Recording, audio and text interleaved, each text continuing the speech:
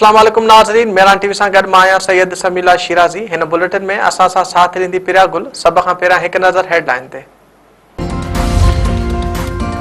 पाक अफ़गान सरहद ते अफ़गानिस्तान मां बिना जवाब फायरिंग ते पाकिस्तान जो भरपूर जवाब। पाकिस्तान मथां हमले में इस्तेमाल थींदड़ 19 अफ़गान चौकियुनि ते कब्ज़ो करे पाकिस्तान जो झंडो फड़काए छॾियो। चौकियुनि ते मुक़रर केतिराई अफ़गान तालिबान मारिजी विया। अफ़गान फ़ौजी लाश, वर्दियूं ऐं हथियार छॾे फरार। अफ़गानिस्तान तरफ़ां पाकिस्तान खां जवाबी कार्रवाई रोकण जूं दरख़्वास्तूं।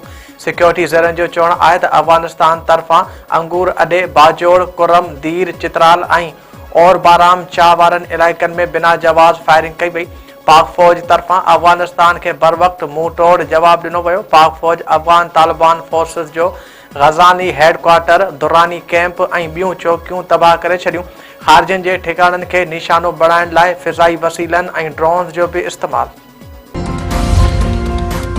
सदर ऐं वज़ीर आज़म पारां अफ़गानिस्तान खे अगराई जो भरपूर जवाब ॾियण ते पाक फ़ौज खे ख़राज तहसीन पेश। सदर आसिफ अली ज़रदारी चयो आहे त मुल्क जी सलामती ते का बि सौदेबाज़ी न कई वेंदी। पाकिस्तान पंहिंजी क़ौमी मफ़ादनि, इलाइक़ी ख़ुदमुख़्तियारी ऐं सलामती जे तहफ़ुज़ लाइ पुरअज़म आहे। पाकिस्तान चइनि ॾहाकनि खां अफ़गान अवाम जी मेज़बानी करे सुठो पाड़ेसिरी हुजण जो मिसाल क़ाइमु कयो आहे। वज़ीर आज़म शहबाज शरीफ़ चयो आहे त फील्ड मार्शल जी क़यादत में पाक फ़ौज अफ़गानिस्तान खे भरपूर जवाब ॾिनो आहे। हर अगराई जो भरपूर ऐं असराइतो जवाब ॾिनो वेंदो। अफ़गान हुकूमत पंहिंजी सरज़मीन पाकिस्तान जे ख़िलाफ़ इस्तेमालु थियण खां रोके। दिफ़ा वारे वज़ीर ख़्वाजा आसिफ चयो आहे त अफ़गान हुकूमत पारां ताउन न करण सबबि हालतूं हिन हद ताईं पहुतियूं आहिनि। अफ़गान सरज़मीन मां थींदड़ हमले जो भरपूर जवाब ॾींदा रहंदासीं। अफ़गानिस्तान खे केतिराई भेरा चयो आहे त पंहिंजी सरज़मीन दहशतगर्दी लाइ इस्तेमालु थियण न ॾे। पंहिंजे बयान में ख़्वाजा आसिफ वधीक चयो आहे त फितरातुल ख़वारिज ऐं अफ़गान नेक्सिस में भारत बि शामिल आहे। अफ़गान हुकूमत ऐं दहशतगर्दनि जो गठजोड़ आहे। असां अफ़गान मुहाजिरनि जी वधीक मेज़बानी करण जे लाइ तयारु न आहियूं।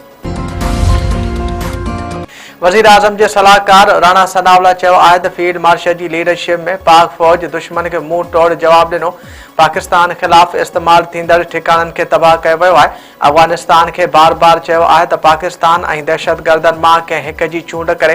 फैसलाबाद में प्रेस कॉन्फ्रेंस कंदे राणा सनावला वधीक चयो आहे त समूरनि सियासी पार्टियुनि खे मीसाक पाकिस्तान लाइ गॾु विहणु घुरिजे। PTI क़यादत पंहिंजे बयानीअ ते क़ाइमु रही पर पाकिस्तान सां गॾु बीहे। ग़ज़ा जो मसइलो हल थी चुको आहे। मज़हबी जमात बि पंहिंजो मार्च ख़तमु करे।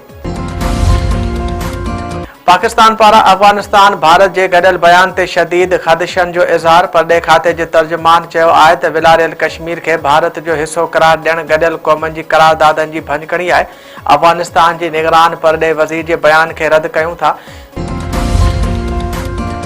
सिंध जा 2 फ़ौजी जवान वतन जी सरहदनि जी हिफ़ाज़त कंदे शहीद। 60 मील वासी ग़ुलाम अब्बास सेलाची सरहदी इलाइक़े बरमचा में अफ़गान फोर्सिस सां विढ़ंदे शहादत माणी।